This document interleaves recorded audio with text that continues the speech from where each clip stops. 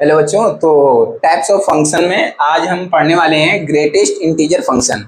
Greatest integer function यानी कि सबसे बड़ा पूर्णांक फलन क्या होता है। ठीक है, तो पहले तो हमें पता होना चाहिए इसमें पूर्णांक क्या है।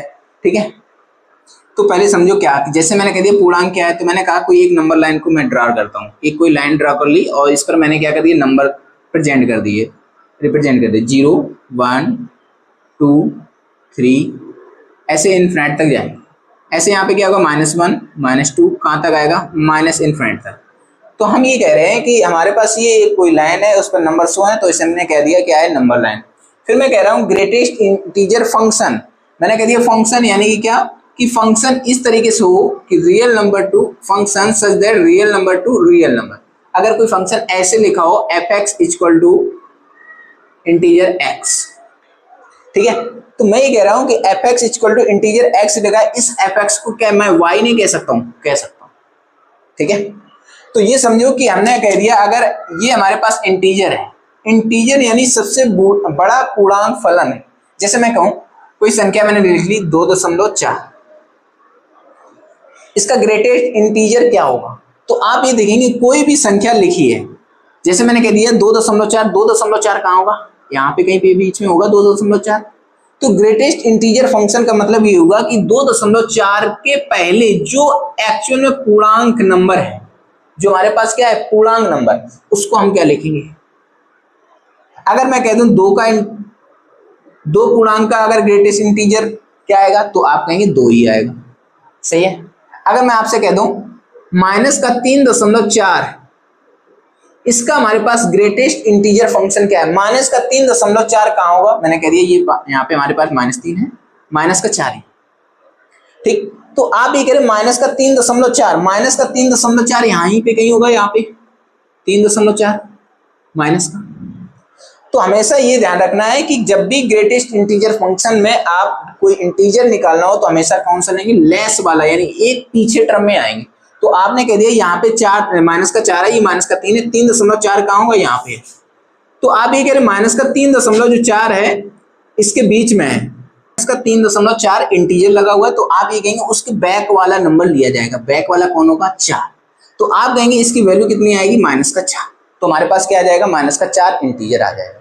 ठीक है, तो आप जब भी कहेंगे, जैसे भी कोई भी हमने कह दिया इंटीजर 2.4 लिखा है, तो हमने कहा 2 आएगा, 2 का इंटीजर का क्या आएगा, 2 ही आएगा। -3.4 का बैक वाला लेंगे हमेशा, क्या आएगा इसका महत्तम पूर्णांक, यानी कि -4 आएगा। जैसे मैं कह दूं क्या, मैंने कह दिया कोई 2.8 लिखा है, माइनस लगा दो, तो आपने कहा इसका ग्रेटेस्ट इंटीजर क्या आएगा, तो आप ये कहेंगे कि हमारे पास इसका एक्चुअल ग्रेटेस्ट इंटीजर फंक्शन में आएगा कि 2.8 कहां पे होगा, इस पॉइंट के बीच में होगा 2.8।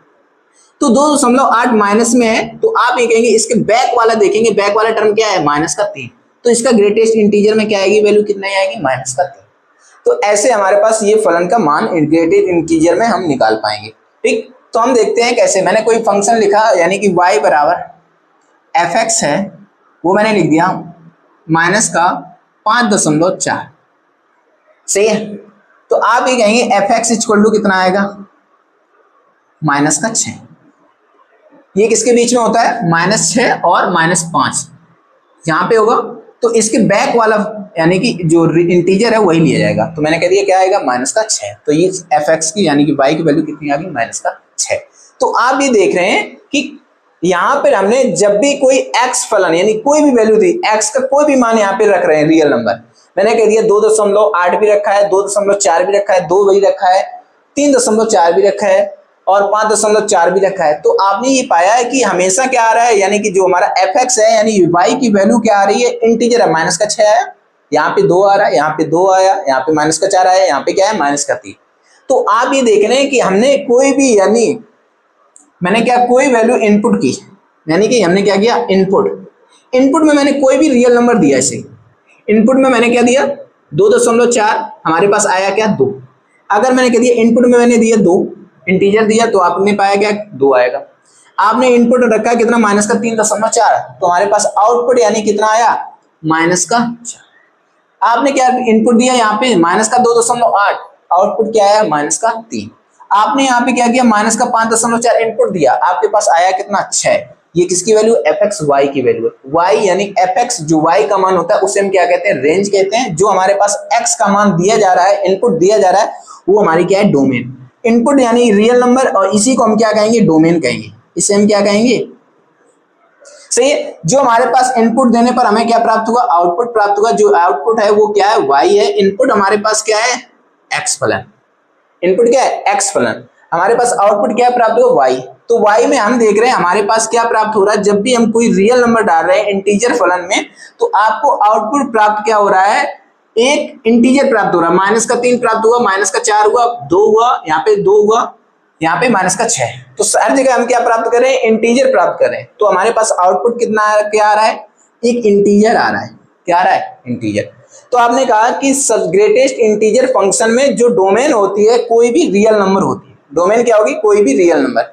अगर आपसे कह दें कि ग्रेटेस्ट इंटीजर फंक्शन में रेंज क्या होगी, तो आप कहेंगे क्या आएगा, इंटीजर। तो ये हमारी क्या हो गई, समझ में आया, ठीक।